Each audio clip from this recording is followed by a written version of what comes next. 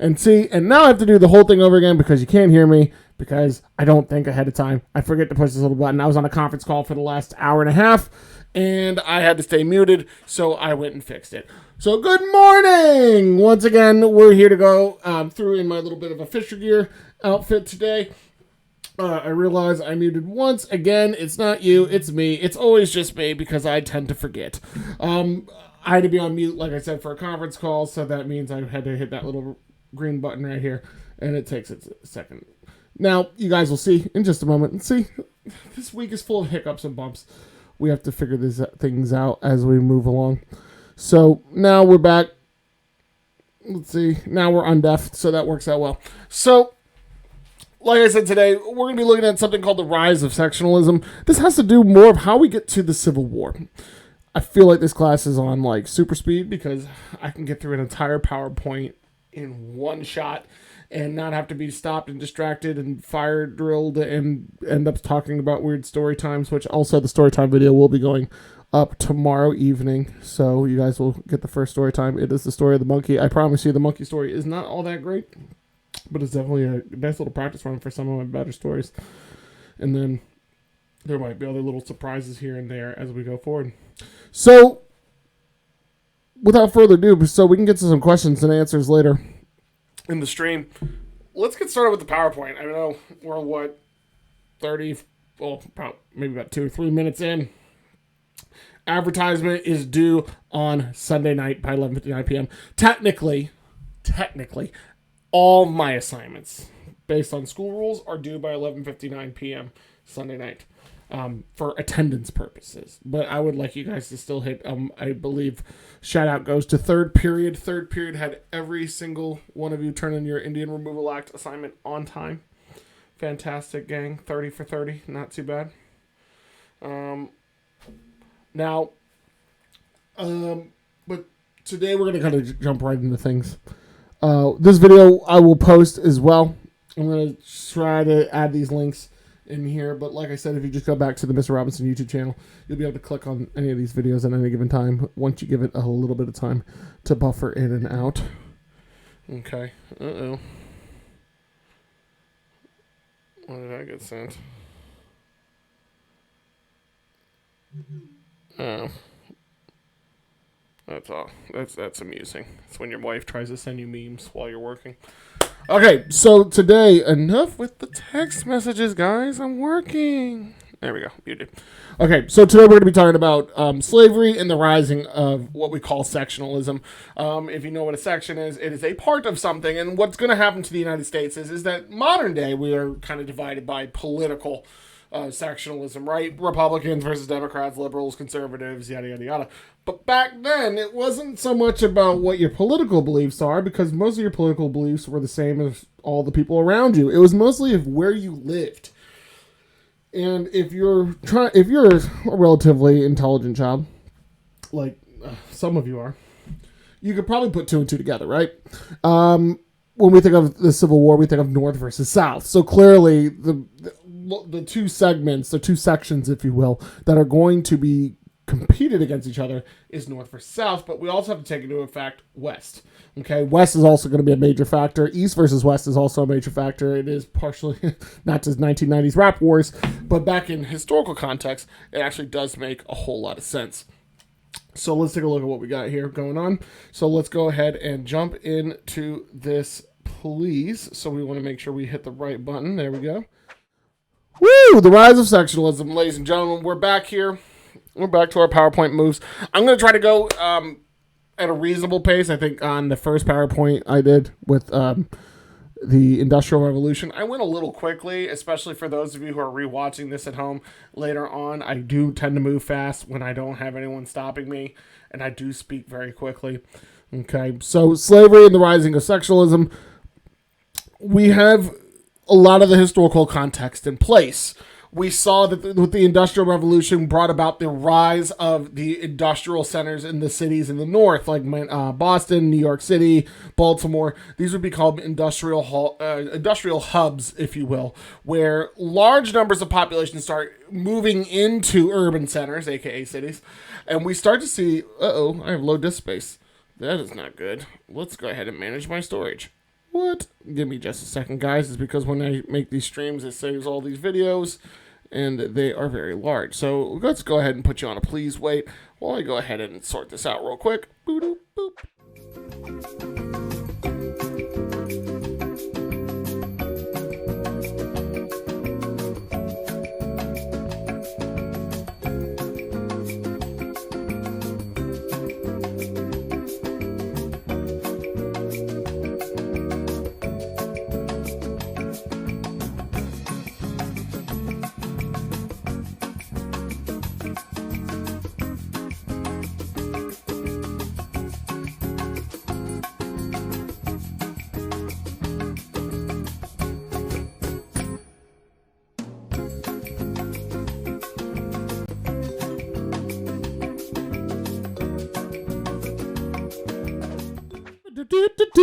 All right, and we're back. Sorry, guys. I had to go ahead and delete some files off my computer. I mean, like, these videos are like 30 gigabytes long by the time I go for an hour and 45 minutes. That's what happens when you stream in high definition 1080p, 60 frames per second quality like I do. I'm not doing 4K. I'm not stupid rich. Okay, so let's jump back into where we were. So like I said, once again, we understood that the industrial centers are rising in the north and in the east. Out west, agriculture is starting to expand, as we saw many of these new territories founded during the Manifest Destiny era of American history. Thank you, James K. Polk. President James K. Polk. He has spelled, the goal was, if you remember from the Indian Removal Act activity we did today, why was Georgia taken away from the Cherokee tribe? We want to go ahead and otherwise push more Americans onto this land, creating more agricultural opportunities for people, the rise of the agrarian society. So eventually what we're going to have is two competing eras. Now, technically, these two should work in, these two different types of jobs should work in harmony with one another, right? So as you have the southern cotton plantations producing raw materials, they send that up to the north manufactures them into modern goods, and then boom, we have harmony, right? But that's not necessarily how it would go. Okay, so let's take a look. So in the beginning of sectionalism, as we saw, as Americans expanded west in the 1840s, okay, we would start to notice some rivalry kicking in because the great moral conundrum is brought back up. This has been the American conundrum since the American Revolution.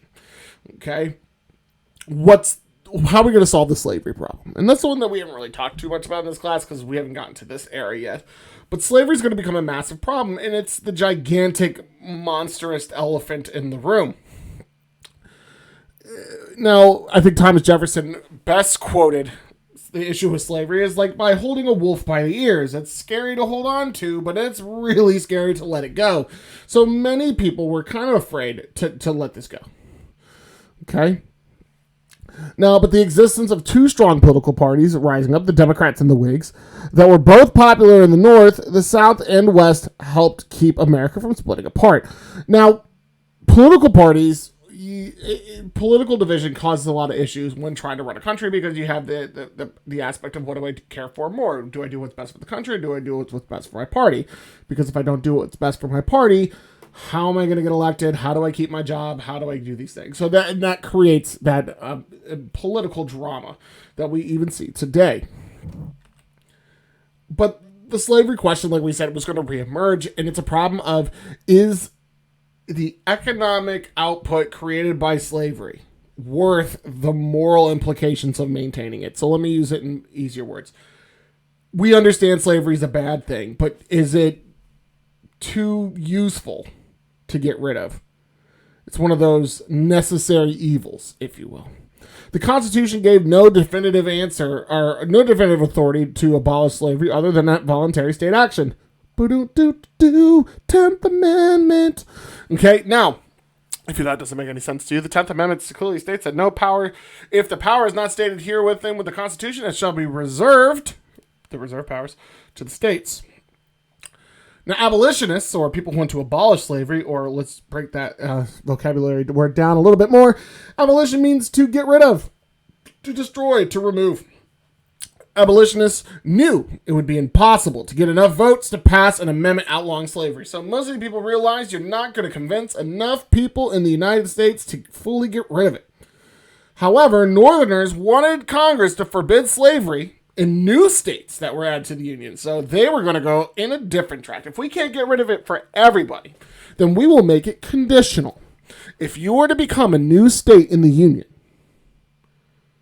if you were not to become a new state in the Union, if you were to become a new state in the Union, you may not have slaves. The problem with this is, that's going to be a problem. You're telling people what they can or cannot do when there's really no constitutional authority to do so. And back then, remember, slavery is a slave was considered property, and the federal government does not have the ability, unless you're using, let's just say, eminent domain within the Fifth Amendment, to take someone's property without their authority. So you're causing a bit of a stink when you say this. So Northerners are going to try to push through this idea that if you want to become a new state, that you cannot have slaves. But you're also taking away people's, what we call popular sovereignty, the idea that people have the right to rule and determine what's best for themselves. So how do we get to this problem? And no, I do not have bars. Now, when the slavery issue hit the West, which, remember, this is where all these new states are coming into play, we first settled it with what we called the Missouri Compromise in 1820.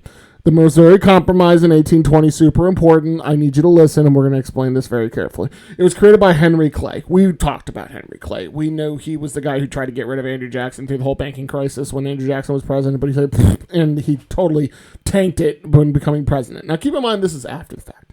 But we remember Henry Clay because he was known as the Great Compromiser. That was his nickname, right? He liked to help make deals and compromises to keep the North and the South from killing each other. The West would jump in and say, hey, how about we do this? Ta-da. Now, the Missouri Compromise made it very simple. We're going to create a line and split the country in half, which we still to this day look at as kind of like this line of what is the North and what is the South. Do not get this confused with the Mason-Dixon line. It's not the same thing. But the Missouri Compromise stated that any territory that came in, I'm getting myself caught up a little too far. For every state that comes into the Union, for every free state, there must be a slave state. Okay, so if you admit a new state into the country, it has to be a free state or it has to be a slave state. And then you have to have one of each. Because what happens is you create unbalance. So if you have, for every person that loves steak, you need a vegan. Okay? You need to balance it out. Because if you have too many vegans, and then they're going to force vegan policies on everybody, and then I will move to Canada. Now, at the same time, you also have to think about, what do we do when the states become out of balance? So, like, for example, we talked about how Texas became a part of the United States through annexation, but it took 9 years for it to actually officially absorb into the United States. How do we even get there? Right? And part of that was because it would have thrown the balance of power off. So Texas, which would be a slave state, was balanced by Oregon, which would become a free territory. So in Oregon, you could not have slaves, but in Texas, you could have slaves. So it balances itself out. So what happens when you get to California and New Mexico? Both were south of the Missouri Compromise line, right? So you get south of this line. So if you were south of Missouri, you would have to be admitted as a slave state, not a free state. But what if you're south of these lines and you don't want to be a slave state? So how do we get away from this concept of how do we maintain popular sovereignty while maintaining this agreement that we've made? Now, you didn't really have slavery in these two territories. They weren't super popular. It wasn't as demanded there. Because remember, California was actually, let's make that a chat question. What was California? Why, or not what was California, but why did people in droves rush to California, specifically around 1848? So go ahead and put in the chat if you recall why people were moving into California. So I'll give you about 20 seconds by the time you hear this, and we'll take a look in the chat and see who does it. 33. It's whatever. It's cool as long as people are watching, getting their lessons.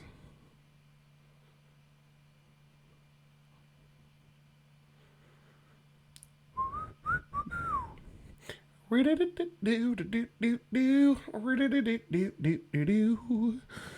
for the chat to catch up to me. Gold rush. I start seeing it. Gold. I don't know. Gold. Gold rush. Gold. Gold? Question mark. Gold rush. Gold rush. Gold. That gold stuff. Gold. Gold. Gold.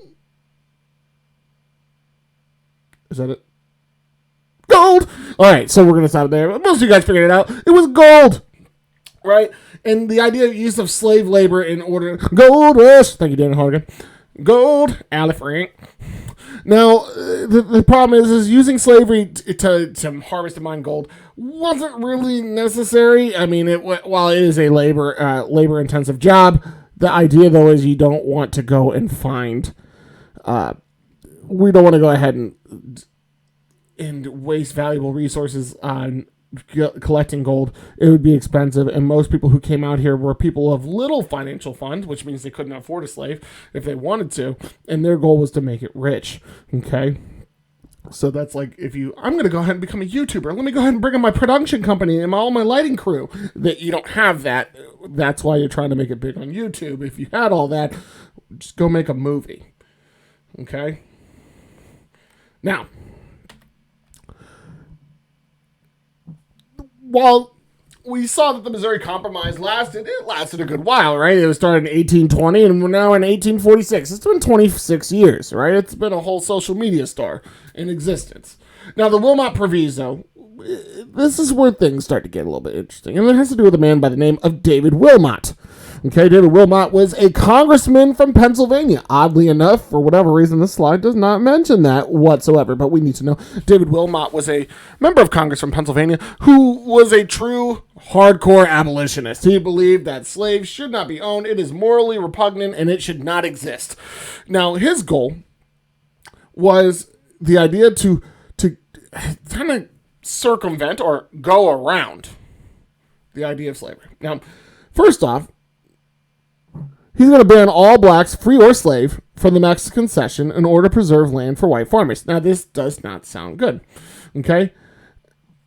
Now, at first, his goal was ultimately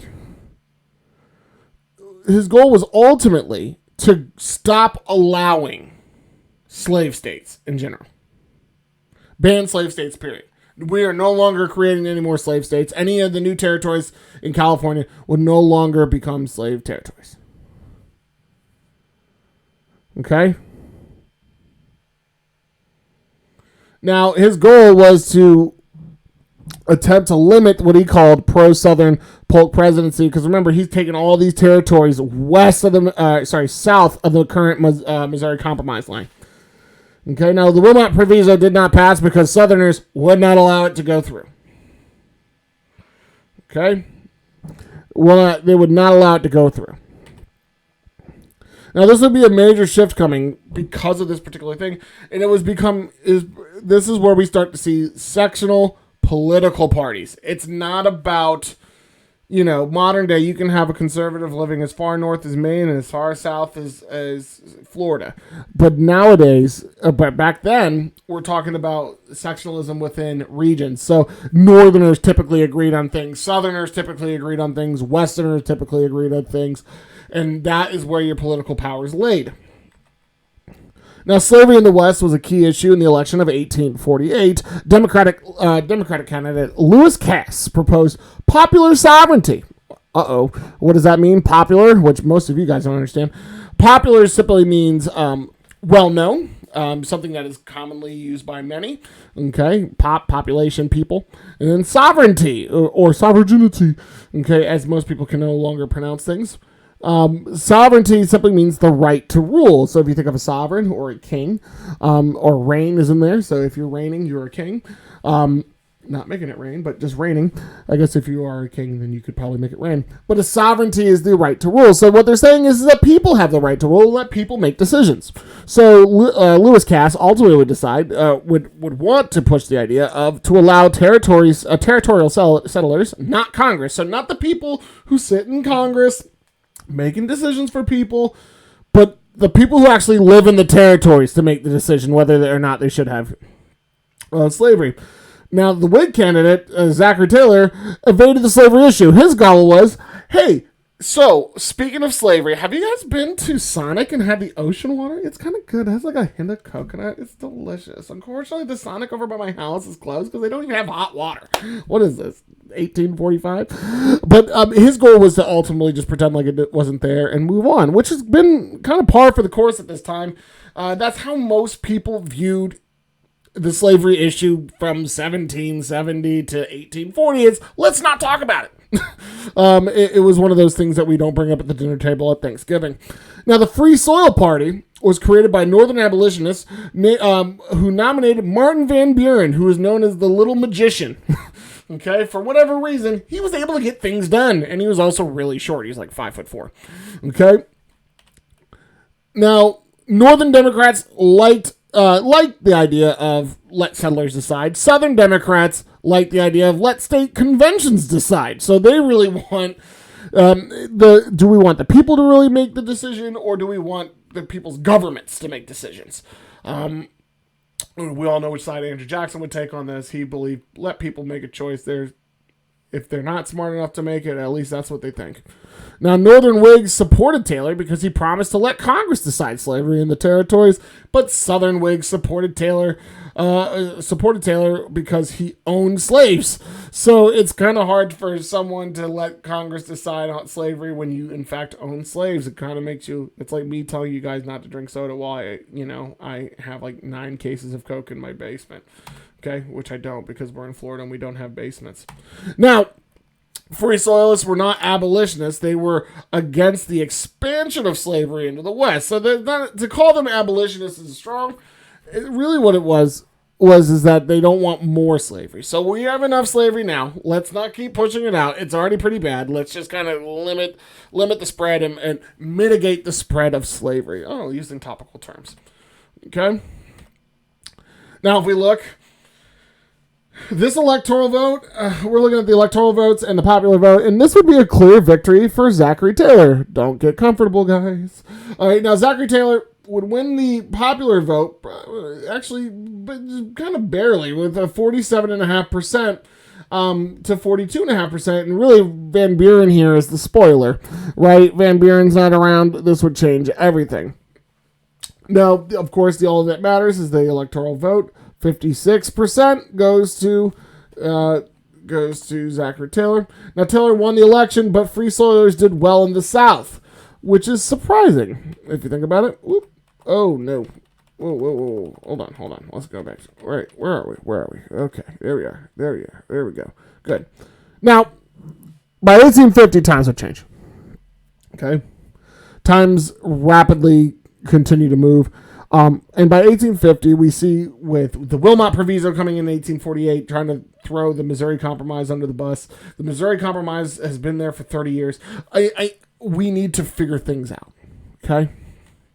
We need to sort this out. Now, the reasons for the compromise: the Southerners were mad when Taylor proposed admitting New Mexico and California as states.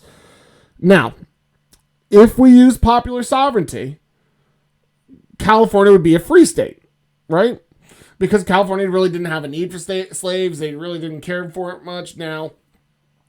And so that you're throwing in this very wealthy, large, prosperous state as a free state. That throws balance of power. Because remember, how does the House of Representatives get its total number of representatives? It is based on a state's population. I'm sorry, the delay is a little too long for that. So the population, the population of California, remember, within a year went from 0 to 100,000 very quick. Drake would be so proud. Now, popular sovereignty would make California a free state. New Mexico had no slaves or a climate adequate for slavery. So New Mexico is a very kind of large, arid desert land. So slavery was pretty much conducive for large-scale agricultural systems like cotton, rice, and sugarcane production. You can't grow those things in New Mexico very well, so it defeats the purpose of having slavery there. Now, John C. Calhoun, we all remember him. John C. Calhoun led the National Convention to discuss Southern secession. So remember, John C. Calhoun, he was the guy who was like, hey, man, I don't even like my own president as vice president, so I'm going to quit my job, become the senator from South Carolina, and we're going to say, you know what, Andrew Jackson, if you put on the tariff of abominations of 1828 and you don't get rid of it right now, we're going to leave this country. So we already said South Carolina set an example for leaving the country. And here we are again. It has now been 20 years, and John C. Calhoun, who looked like a ghost back then, well, I guess he looks like a skeleton now, he's now pushing southern states to say, hey man, look, they're trying to take it away. It's going to happen. They're trying to get in our business. The Northerners are trying to start things with us. We need to start having a discussion of what do we need to do if we need to leave. And here's where the wheels start to fall off. Man, what a classy photo that is, man. I think if we do come back to school this year, we need to kind of recreate this photo. I think that would be a fun time. But who's going to be the classy man right here, right? Look at that pose. Like, boom, straight line, top to bottom. That leg supports so much weight you don't even understand. I don't think I could physically do this, right? This is kind of like how one high schooler was spreading a rumor that I broke a chair at a barbershop. It's not true. I simply just weakened the chair's integrity. Now, John C. Calhoun of the South must protect slavery and will peacefully secede. Mom, I'm peacefully leaving the house, never to return. Sure, let's see how that works. Now, over here, Daniel Webster, the North will never accept secession. It ain't going to happen, okay? You can't just have a third of the states and one of the largest financial sectors of our country just up and walk away for no reason. And down here, Henry Clay, you can't read it because my beautiful face is in the way, but it says, we must compromise. What a surprise, Henry Clay. We have to compromise, because that's his answer to everything. Okay, even if everybody agrees, he still wants to find a compromise. Now, the Compromise of 1850 was the last debate of the great triumvirate. Okay, John C. Calhoun, Webster, and Clay. These three had been in government together forever. Okay? It had been around since the 1820s, back at the time of the War Hawks and all these things. I mean, keep in mind, these are the people who were, they were just getting into government at the War of 1812. It may not seem that long ago, from 1850 to 1812, but think of human lifetime. If you're a senator, you had to have been at least 30 years old to become a senator. These dudes are old. Okay? So the Compromise of 1850, let's explain. Now, California was admitted as a free state, so that's the first part. There's like 4 key parts that we need to understand about this, because some of them seem very positive for the North, and some of them were extremely positive for the South, and some of them would start a huge fight. So California comes in as a free state. It ends the slave trade in Washington. It does not end slavery, but you're no longer allowed to buy and sell slaves. So you're allowed to have bicycles, but you can't buy new ones. Okay, so if you already have a bicycle, you better keep it.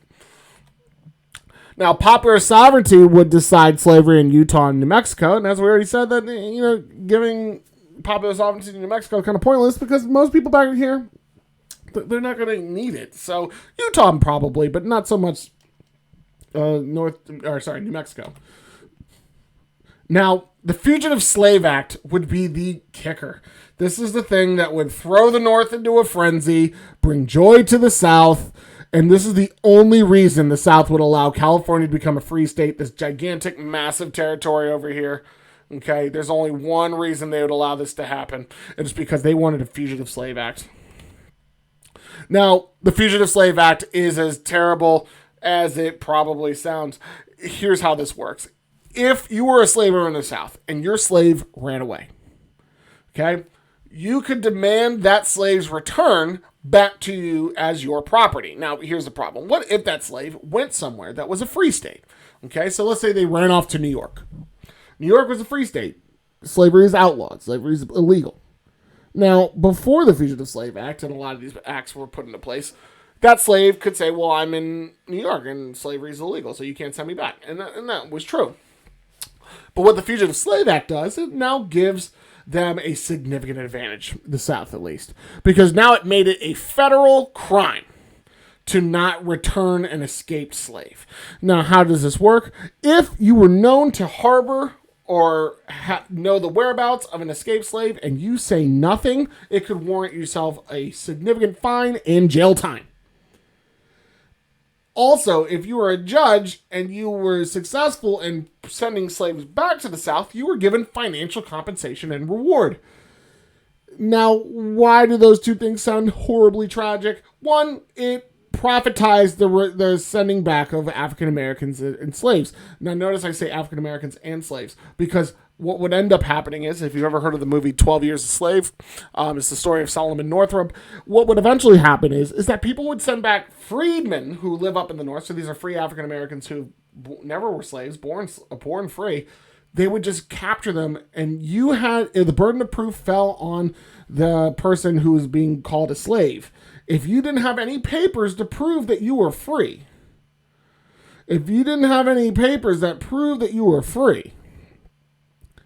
you were stuck. Okay, so you ended up going back. So that's what happened to Solomon Northup. He was a business owner in New York, a freed African American. Oh, he wasn't freed; he was born free, and he eventually would be sent down to live on a plantation for 12 years. And he was a slave until he finally gained his freedom. But he was forcibly taken to the South by slave catchers and bounty hunters, and he was forced to live on a plantation for 12 years. And what this ultimately does is it's ultimately challenging your moral, the difference between your moral obligation versus your political and civic obligation. Are you willing to follow through and carry out laws that you find immoral and repugnant?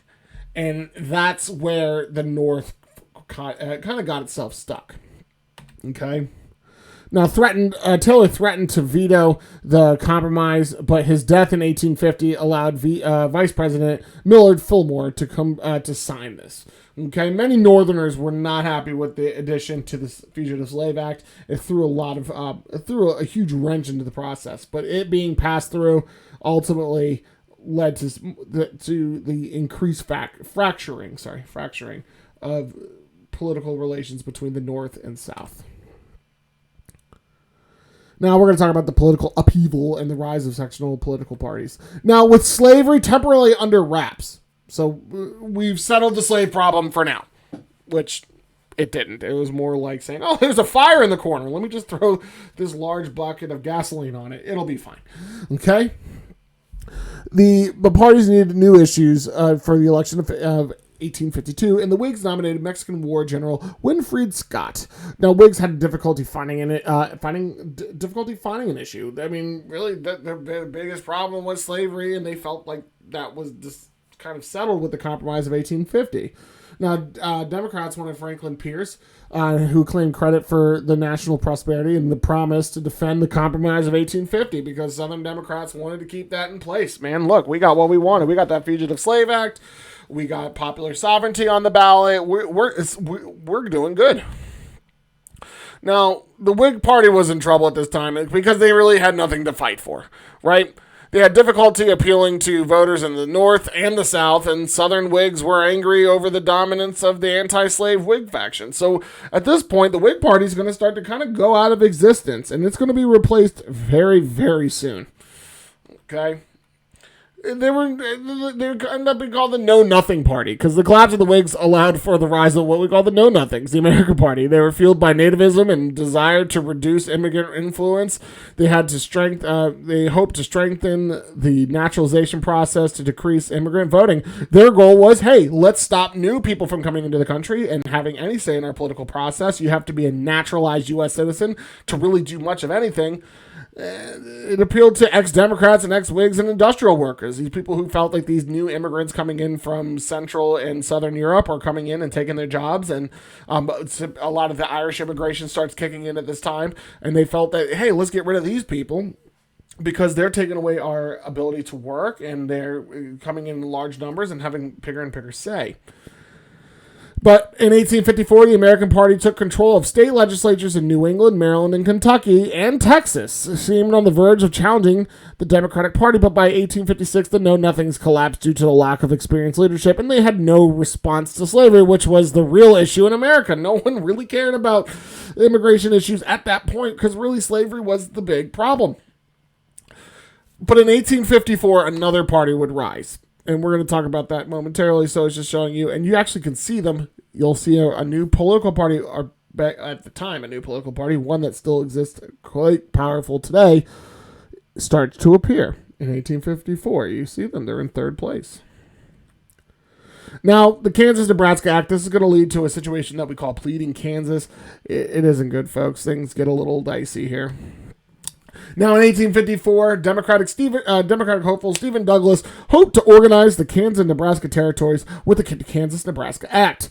Now, the Missouri Compromise line was repealed and popular sovereignty was applied to slavery in Kansas and Nebraska, but many Northerners were now convinced that the compromise with the South was impossible. You cannot make an agreement with someone who morally, politically, and pretty much in every other way possible does not agree with you. Now, Northern abolitionists were outraged because it allowed slavery in an area where slavery was already prohibited. So they're just going around the Missouri Compromise in 1820 and say, yeah, we're just gonna let people vote here for it, but you're not allowed to have it here. But yeah, we're gonna do it anyway. Okay.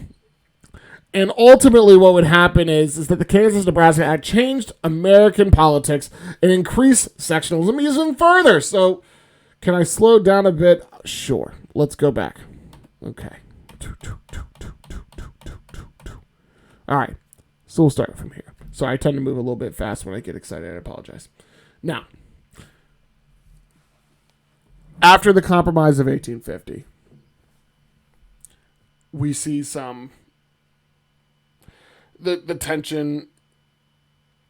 tensions tends to start to bubble up between the North and the South. We said that the Compromise of 1850 had four key factors. California becomes a free state. Utah and New Mexico gets to decide whether or not they want to be free state or slave state. They have popular sovereignty involved, right? I forget the third off the top of my head because I'm kind of going by the seat of my pants. But the fourth one, the big one, the most important one, was the Fugitive Slave Act. And because of that, it allowed Southern bounty hunters and slave catchers to go into the North, take back slaves who escaped, and bring them back. And it forced, by law, Northerners to go along with this. And if they didn't, they could be punished with a fine or even jail time. And it also financially compensated judges for pushing these slaves back to the South.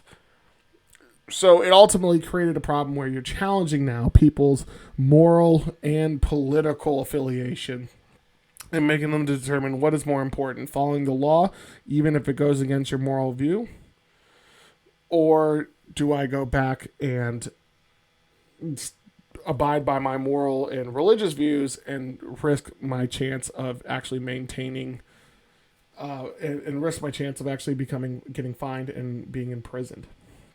Now, what we said here was the know-nothings, okay? Because the Whig Party is in trouble because, as we saw a rise or significant platform issues, which is they didn't have any. There was really nothing they were fighting for because after the election of 1850, They felt like, look, guys, at the end of the day, there is no chance of me, or there's nothing really to argue about. They felt that slavery had already been kind of settled with with Fillmore going ahead and making the Compromise of 1850. You can watch it at 75% speed. Probably true. Probably may not necessarily help you all that much because I do move fast. It's the only thing that moves fast aside from... Oh, definitely not my metabolism. That slowed down years ago. Now, ultimately, what we're going to see, though, is that the Know Nothing Party was a nationalist... it was a nationalist type based political party. Their goal was to promote nativism, so people who are born in the USA having more rights than those who immigrate here. And ultimately, they wanted to stem immigration by making it more difficult to naturalize and become a U.S. citizen and put American-born citizens in a primary position of political power. But it appealed to ex-Democrats, ex-Whigs, and industrial workers in these regions where you saw a large import of immigrants into the region. But they didn't really last long because they didn't really have much of... They didn't have anything else that they were fighting for aside from we want America... just focus on Americans first. Okay? Now... what we were talking about was the Kansas-Nebraska Act, and what it does is it kind of... Let me take these off for a minute. I'm getting a bit of a headache. Woo!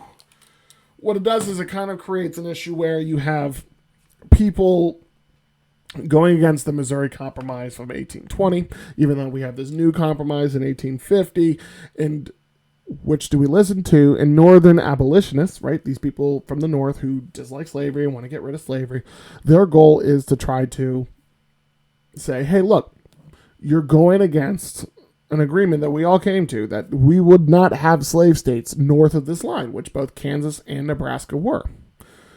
And what we're going to start to see is that they were convinced that really having any type of debate or compromise with the South at this point, these northern abolitionists, it just made it almost impossible. It was just not, it was not practical. Okay, so northern abolitionists were outraged because it took an area that was free of slavery and now allowed people to vote for it. Now, a bunch of Whigs, Northern Democrats, and free soilers formed what we now call the Republican Party. This is the creation of the party that we all know today, the modern Republicans, come about in about 1856, but officially formed in 1854. Now, Southern Whigs defected to the Democratic Party because they which became really exclusively a Southern party. So the Democrats, which if you actually go back in time and look, they used to call them the Dixiecrats because they were in the South and it was a Southern-based party for the most part. And ultimately, what we see is the rise of the two major political parties, the Republican Party and the Democratic Party, and this is where it's born. Now, the rise of the Republicans, we see that the Republican Party appealed to Northerners. They believed in free soil and fought against a slave power scheme, right? They voted to protect free white workers and boost the economy, okay? They also made up of seasoned politicians who effectively built up power, had built up political power by 1856. So if you look at this, it actually makes a lot of sense to you. Okay, pause. Let me rephrase that because I said that completely backwards. If you actually look at this, it seems kind of odd because they believe in free soil and against the idea of slavery. However, they want to protect free white workers and boost the economy as well. So they understood that if you end and abolish slavery, you're going to end up having to pay these people, to pay these former slaves, but we also want to make sure that the white workers who are still working at this time are being protected from this influx of new people coming into the workforce, not just from ex-slaves, but also from immigrants coming in from Europe. So this party really found its niche in the North. Now, the shift to sectional political parties. Now, ultimately, we would see American party shift from 1848 to 1860, and really here we kind of fall into what we tend to find. So if you look, Franklin Pierce and the Democrats are in blue. Winfield Scott is in pink. So this is how it looked in electoral vote from Franklin Pierce versus Winfred Scott in the election of 1852. Pretty much the entire country went with in terms of electoral votes, went with Franklin Pierce. Even though if you look at the popular vote, it wasn't off by that much. I mean, 6% in political world, 6% is a huge number, but it's not that huge. But if you look at both parties have national appeal, so you could see from either side they were there. But when we get to 1856, you can start to see these northern states are starting to kind of unify under, under the Republican Party. But the big ones, as you look out west, and you have California and Oregon falling with California. Now, the problem that we saw were the Democratic Party was so large with the southern in the South that you had two distinct regions of Southern Democrats. You had John C. Breckinridge and you had Stephen A. Douglas. And if you look, it split the vote for them, leaving an opening. And if you look, who is our candidate from for the election of 1860 for the Republican Party? None other than the 16th, the $5 bill, the walking tall man with the cool top hat, who they made a fun book making fun of him as a vampire hunter. My man, Abraham Lincoln, would win this election in 1860. Now, we said that occasionally the wheels keep falling off the wagon. The wheels not only fell off of this wagon, but the wagon exploded into flames. This is when we see problems happen. This is when we see the start of our Civil War. By 1860, Republicans will elect Abraham Lincoln without even campaigning in the South. That's where we start to see problems. That's where the South under John C. Calhoun, well, if you remember, John C. Calhoun was pushing for this idea that, hey, man, we need to secede because it's not going to go well. If we recall, the Electoral College is a numbers game, right? You control population centers, you control percentages of state population, you win. And all you need to do is get more electoral votes. You win the big states, you win them all. You know, if you recall, southern states had significantly less population than the northern states. Why? Because of population density. It's fairly simple. If you have gigantic plantation systems and farms down in the South, you just don't have a lot of people living there. If you have large urban sectors with factories and hundreds of thousands of people living in your region, you have large population bases. So if you have more people, you're going to get more votes. It just works out that way. Now, what do we conclude from this? Because once we get past Abraham Lincoln winning, that's when South Carolina's like, we're out, right? They only waited like 2 months after him winning to realize, hey, we're going to lose, and they're going to try to get rid of slavery. Now, American politics experienced a significant change in the late antebellum era. So this is 1800 to 1860. Okay. In the early antebellum era, we saw sectional rivalries were evident, but national parties kept the U.S. United. So really, the national parties like the Whig Party and the Democratic Party were the main players here. And you didn't see too much in terms of regional political ideologies being born. But by the 1840s and 1850s, westward expansion, manifest destiny, all that stuff we talked about, forced the North and the South to protect their regional values against what they called an unseen conspiracy. Right? Oh, that's cool. So now I'm opening up the chat to discussions. I've been trying to not look at the chat as much. It doesn't look like you guys have said too much lately. So now's a good time. If you guys have questions, feel free to answer them. In fact, what I might do is, because I got 31 people watching, and probably some of them are not even middle schoolers. But at the same time, I'm going to put these on. There we go. At the same time, I want to open up. We're going to have a Schoology conference call coming up soon, and that way I can even see you guys face to face, and it's more real time. I can answer your questions better there. So unless you guys have any other questions, go ahead and put them in the chat. But if not, I'm going to open up a Schoology conference for a second period. What time is it now? It's 12:34. So at 12:40, I will do a Schoology conference for a little bit, and then I will do a Schoology conference about a few minutes after that. You know what? Here's what I'll do. I can probably do 3 classes at the same time. I can probably do a Schoology conference with second, third, and fourth period. And then I'll do one with 5th, 6th, and 7th after that. So We'll start with second, third, and fourth, and we'll knock that out now, and then I'll open it up to the board. Okay, so that way we can get that started. But is there any other questions that you guys would like to put up in there? So right now, I'm going to go ahead and open up these Schoology conferences. If you guys don't know, I'll walk you through how to get there. Is the Rise of Sectionalism summary due Sunday, April 11th? I believe it. I thought I put it on for Saturday, but everything has to be turned in by Sunday anyway, before, so I can give you credit for attendance. Okay, so let's go ahead over here. Oh, my mouse is being weird. Here we go. So we're going to go into courses, second period. This is the way you guys can hopefully see. You know what? Let's put up this on there so you guys can actually see what we're doing. Woot woot. All right, there we go. Let's pop you over here so I can see better. All right, so when you guys are looking for Schoology conferences, it's over here on the side. Guys, if you look down here, you guys will see conferences. You're going to click on that. Now, what I'm going to do is for second period first, just because it's right here, I'm going to go ahead and type in sectionalism conversation. And yeah, it's only a 2-paragraph summary, guys. It should probably take you all about 20 minutes, if that. I want to mark it for today, and oh, I hit a button. Let's do that again. Sectionalism. Mark it for today, Thursday the 2nd.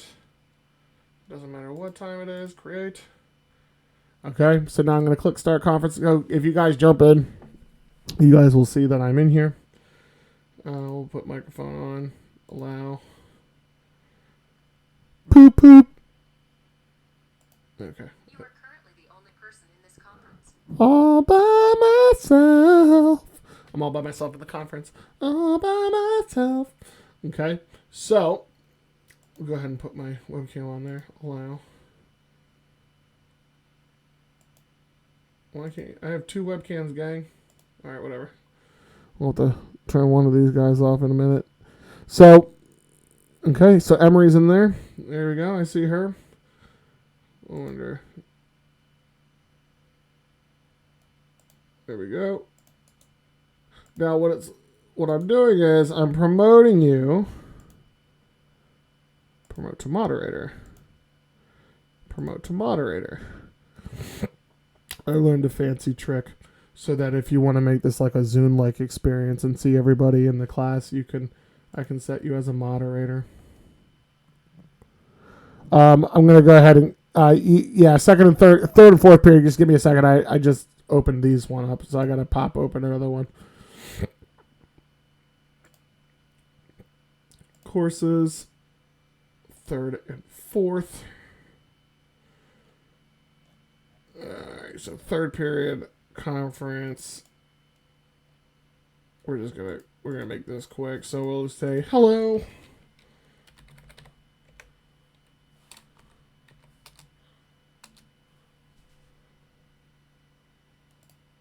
Create. Start conference. Microphone. Allow. Poop. Yep. You are currently the only person in this conference. Alright. Hello, Noah. And I gotta make one more. Hello. Hold on one second. Let's get fourth period in here. Where's fourth period on my thing? Why is it always on the top? Alright. Conference. Create new thing. Poop. Say hello. Create. Are we supposed to talk or no? You can talk. I'm just in the process of going ahead and getting all 3 of these classes open at the same time. This is a poop. Yep. You are currently the only person in this conference. There we go. There's my third period there. There's my... Oh, hold on. That's fourth period. There's second period. Hello, everyone in second period. Okay, so in terms of the YouTube stream, though, I'm going to go ahead and log off here so that way I can do these conference calls real quick. I might pop back on in a little bit. So thank you for joining us again today. You go back and watch this. If I went too fast, follow Norman's example and just slow it down. Sorry, I talked too fast. All right. So other than that, have a good day. Probably hit the